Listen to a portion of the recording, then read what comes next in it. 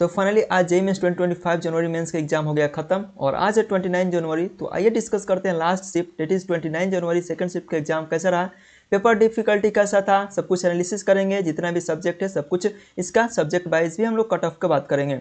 और सबसे इंपॉर्टेंट सवाल कि जेईई मेंस कितना कट ऑफ होने वाला है और अप्रैल के लिए क्या कुछ आपको आइडिया होना चाहिए, सब कुछ डिस्कस कर लेंगे। चलिए वीडियो को स्टार्ट करते हैं। चैनल पर नए तो सब्सक्राइब जरूर कर लीजिएगा। सबसे पहले बात करते हैं हम केमिस्ट्री को। तो केमिस्ट्री में जो बहुत ज़्यादा सवाल देखा वो स्टेटमेंट बेस्ड सवाल देखा।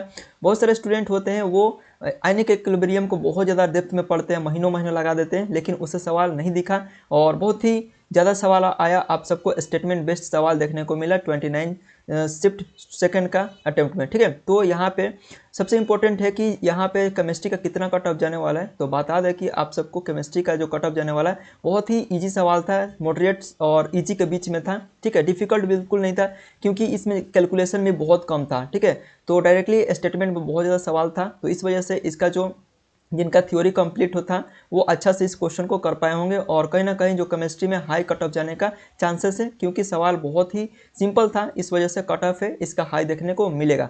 तो कितना जाएगा इसके बात करें तो लगभग यदि आप 90 से 21 क्वेश्चन अटेम्प्ट करके आए हैं और आपका 70-80 क्वेश्चन सही हो जाता है तो आप बिल्कुल सही रेंज में रहेंगे और आपका कट ऑफ क्लियर रहेगा।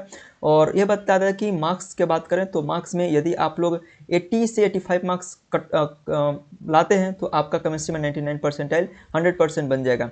चलो अब बात करते हैं फिजिक्स का। तो फिजिक्स में बात करें तो वो सवाल तो थोड़ा सा मॉडरेट लेवल था और बिल्कुल डायरेक्टली आप फार्मूला बेस्ड 3-4 सवाल हम ही लगा सकते थे। बाकी जो कॉन्सेप्चुअल सवाल बहुत ज़्यादा पूछा गया था और इसमें भी आपका रोटेशन से सेंटर ऑफ मास से सवाल नहीं था। और सबसे ज़्यादा सवाल पूछा गया था आपका ऑप्टिक्स बहुत ही ज़्यादा डोमिनेट किया है, तो ऑप्टिक्स बहुत ही डेप्थ में पढ़ने का ज़रूरत है। जिनका भी कंप्लीट नहीं आता तो इसको टारगेट बनाइए और जितने भी शिफ्ट में एग्जाम हुआ है ऑप्टिक्स को निपटा डालिए क्योंकि बहुत ज़्यादा सवाल पूछा गया और जितना भी सवाल पूछा गया इसी ट्रेंड्स को फॉलो करेगा अप्रैल में भी, तो इससे आपको आइडिया ले लेना चाहिए। तो बता दें कि फिजिक्स में कितना चाहिए नंबर, तो 75 और 80 नंबर चाहिए फिजिक्स में 99 परसेंटाइल के लिए। और चलो बता देते मैथ्स में, तो मैथ्स जैसे सारे शिफ्ट में क्वेश्चन पूछा जा रहा है डिफिकल्ट, उसी तरह से डिफिकल्ट था। डिफिकल्ट नहीं बोलेंगे, कैलकुलेटिव था और बहुत ज़्यादा टाइम टेकिंग था, इस वजह से उसमें टाइम कम मिला। लास्ट में बहुत सारे स्टूडेंट इसको अटेम्प्ट किए थे, इस वजह से टाइम नहीं मिल पाया तो उनका सवाल ज़्यादा नहीं कर पाए। तो मैक्सिमम जो सवाल कर पाए एवरेज से एवरेज स्टूडेंट वो 9-10 यदि करके आए हैं, अटेम्प्ट करके आए हैं, 7-8 सवाल आपका सही हो जाता है तो आप बिल्कुल अच्छा रेंज में रहेंगे और आपका कट ऑफ क्लियर होगा। और कहीं ना कहीं यदि आप मैथ्स में 80-90 परसेंटाइल आप स्कोर कर देते हैं तो, और मैथ्स में 80 से 90 परसेंटाइल स्कोर करते हैं और फिजिक्स में 99 आप और 98 केमिस्ट्री में ऐसे करते हैं तो ओवरऑल आपका 97-98 बन जाएगा। ठीक है, तो ये था मैथ्स का थोड़ा डिफिकल्टी रहा है पूरा का पूरा, तो आप लोग इससे अंदाज़ा लगा सकते हैं।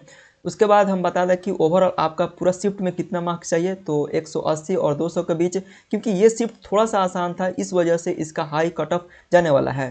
तो लगभग 180 और 200 के बीच यदि मार्क्स आपका आ रहा है तो 99 परसेंटाइल आपको डेफिनेटली देखने को मिलेगा।